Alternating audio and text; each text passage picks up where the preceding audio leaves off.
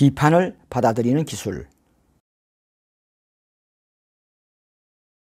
비판은 선이든 악이든 불쾌한 감정을 일으키게 된다.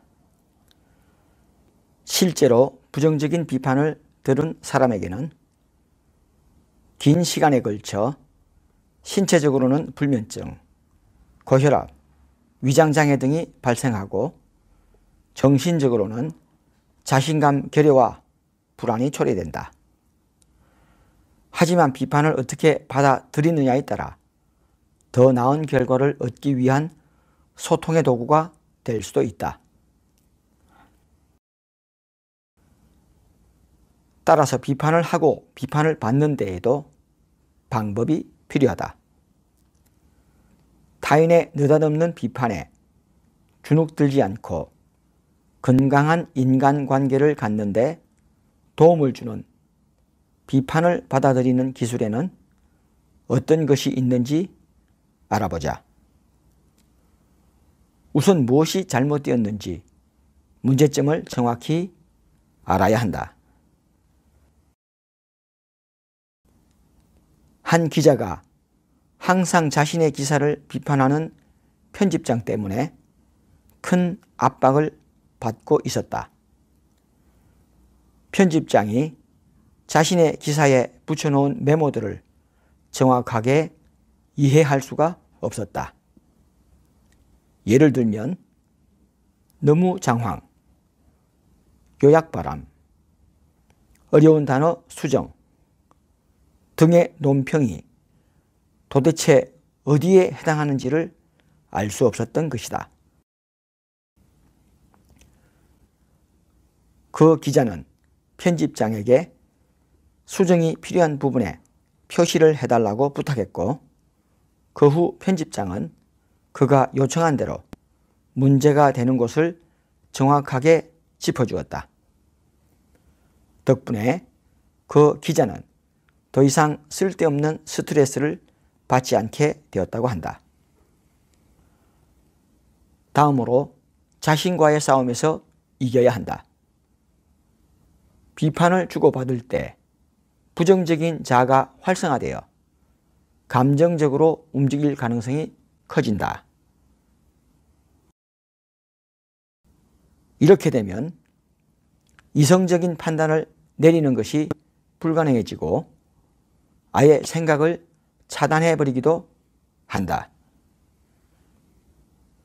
이를 막기 위해서는 내면의 부정적인 감정과 싸워야 한다. 이 싸움에서 이긴다면 부정적 자아의 활동이 완화될 것이다. 비판을 하는 사람이 남을 배려하면서 비판하는 경우는 매우 드물다. 오히려 심한 말로 남의 행동을 과장해서 비판하기 십상이다. 이런 사람들에게 비판을 받을 때 가장 좋은 대처 방법은 침착한 태도로 그의 비판에 대한 당신의 느낌을 솔직하게 이야기하는 것이다. 상대방이 당신을 비판하는 순간 그의 비판을 다시 비판하는 것이다. 이를 통해 비판자는 자신의 입에서 나온 말을 객관적으로 바라볼 수 있게 되고 나아가 잘못된 점을 고칠 수도 있을 것이다. 누군가에게 비판을 받을 일이 있을 때는 선수를 치는 것도 하나의 방법이다. 먼저 상대방에게 다가가 그들이 당신에 대해 어떤 생각을 가지고 있는지 그리고 왜 비판을 하려고 하는지 정보를 얻는다. 특히 윗사람을 상대할 때는 반드시 알아둬야 할 방법이다. 만약 실수했다고 느껴질 때는 자신의 실수를 바로 인정하면서 다소 바보같이 과장된 행동을 하는 것도 좋은 방법이다. 이런 행동은 상대방을 관대하게 만들어 동정심을 끌어내기도 한다. 자신의 실수를 인정하는 사람을 더 비참하게 하려는 사람은 별로 없기 때문이다.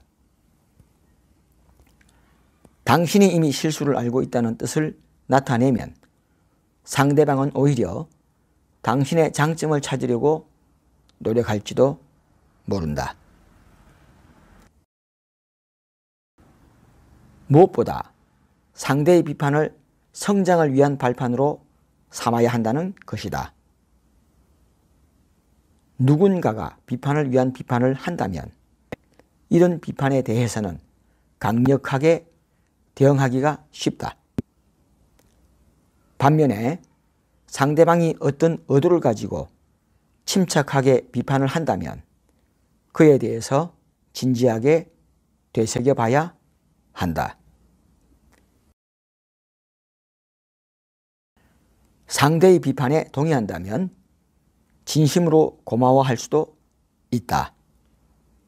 그 비판으로 인해 생각할 여지가 생기고 이를 발판으로 더 성장할 수도 있기 때문이다. 알 왈리드 사우디 왕자는 나는 비판 듣기를 정말 좋아한다. 이사회에서 내 의견에 찬성하는 입장을 보이면 반대하는 사람은 이야기를 해달라고 부탁한다.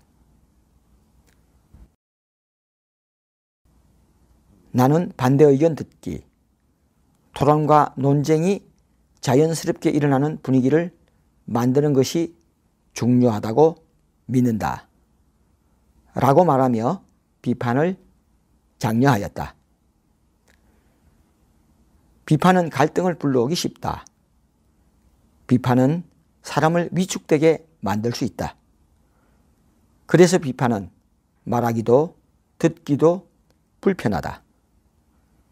그러나 비판은 오류를 사전에 방지하게 해준다.